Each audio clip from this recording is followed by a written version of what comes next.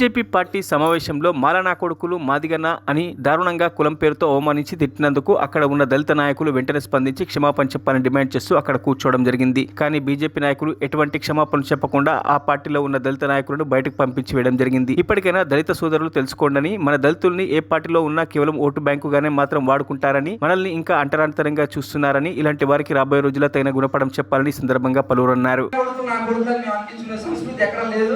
ఈ రోజు మేము కళ్ళలో చూసాం, అనుభవించాం కాబట్టి దయచేసి మీరు కాదు మాకు చెప్పాలని చెప్పాల్సింది. నీ ఇంట్లో అందరూ ఎస్సీలు అన్నావు, నేను నీ అనుకుని సంబోధిస్తున్నా, బాలాజీ గారు అనేవాడిని.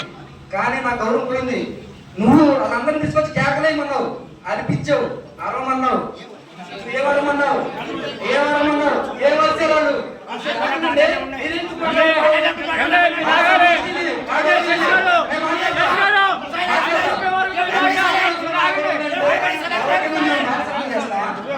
భారతీయ జనతా పార్టీ ఎస్సీలు మానవాళ్ళని అవసరం మీకు. మరి ఎందుకు అన్నమాట లజ్జా కొడుకులేండి, నీ కులం నేను లజ్జా కొడుకు అంటుకుంటావా? మీరుగా చెప్పాల్సింది.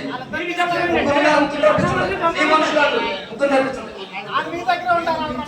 నా ఇంటికి నన్ను కాదు అన్నది, నా జాతి మొత్తాన్ని అన్నారు, నా మాది సోదరులు అన్నారు, నేను కాదు, నా ఒక్క విషయం కాదు ఇది. నాకు చెప్పింది ఇంటికి తీసుకొచ్చి ఇక్కడ తీసుకురండి, పెద్ద ముందు చెప్పించండి. మేము మా నేసం తెలియజేస్తామండి. ఆలోచన సమాప్తి చెప్పాలి. భారతీయ జనతా పార్టీ చెప్పండి తప్పండి. వచ్చి చెప్పండి ఎవరు లంచా రోజులంటే నా పుణ్యం పెట్టారా? 10 సంవత్సరాల పార్టీలో నాయకులందరూ నవ్వుతున్నారు కదా, ఎస్సీ అంటే మీరు చెప్పకుండా, ఎస్సీ అంటే మొత్తం చెప్పకుండా నవ్వుతున్నారు కదా. కాదండి,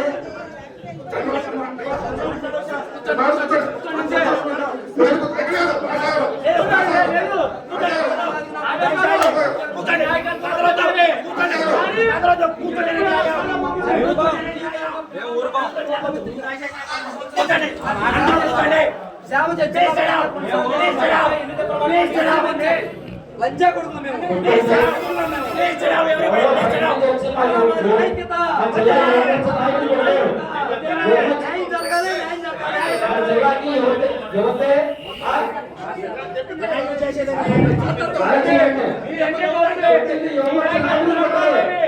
కొట్టింది యువమోర్చ నాయకుడు కొట్టారు. యువత ముందు కావాలి. అభినందన గారు. మరిన్ని అప్డేట్స్ కోసం మా ఛానల్ని సబ్స్క్రైబ్ చేయండి.